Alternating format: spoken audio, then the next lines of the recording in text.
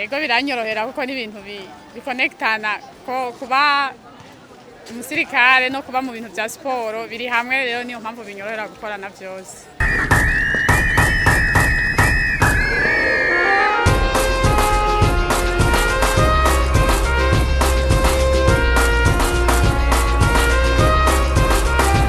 Dusabe Inès, izina ryawe ryagaragaye mu rutonde rw'abaheje gutahukana igikombe cy'igihugu, ariko ntitwakubonye mu kibuga.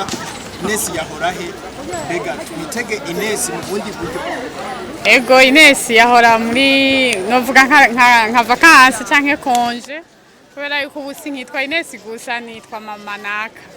Rero nahora ndi mu karuhuko gatoyi kubera yuko nari nkifatiriwe n'amabanga y'urugo, ariko ubu rero ndiko ndimenyereza gusubira kuza mubone Inès wawe ndi mumenyereye ubwa mbere.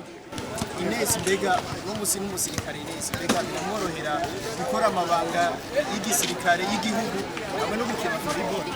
Ego biranyorohera kuko ni ibintu bikonektana ko kuba umusirikare no kuba mu bintu bya siporo biri hamwe, rero niyo mpamvu binyorohera gukorana byose. Uravye uko wasize umugwi ukaraba uno musi aho ugeze wa Muzinga Umugwi wa Muzinga n'ukuri nubwo nogenda n'undi akagenda, Muzinga izoguma ihagaze ko Muzinga turikwije impande zose, kandi namwe nivyo mwama mwibonera, ni gake dutsindwa, niyo dutsinzwe n'akantu kaniyerere gusa ibibaye.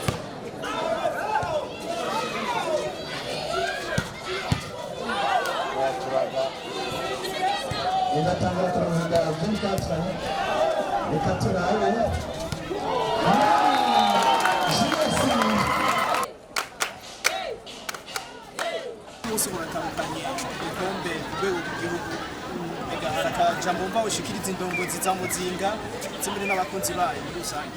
Ego ndashimiye cyane staff ya Muzinga kuko itwitaho buri munsi buri mwanya, nibo banadufasha no kugira tugera aho tugeze ku ino saha. Nkaba ndabasaba yuko bobandanya umurindi bariko badufasha badushigikira bawugumizeko kugira ngo na championa yindi tugiye kwitegura gutangura tuzogumana ingufu twari dusanganye. Murakoze. N'abakunzi nabo nyene n'ukuri sinari ndabibagiye, sorry, n'ukuri ndabashimiye cyane kuko tudafise abafana uruhande impande zose, kuko natwe tuba twumva yuko hari ikintu tubuze. Kundi ndabashimiye cyane gose, ndabatera n'akamo n'ababo babifuza kandi kuza kudushigikira, ndabahaye kaze na karibu. Murakoze.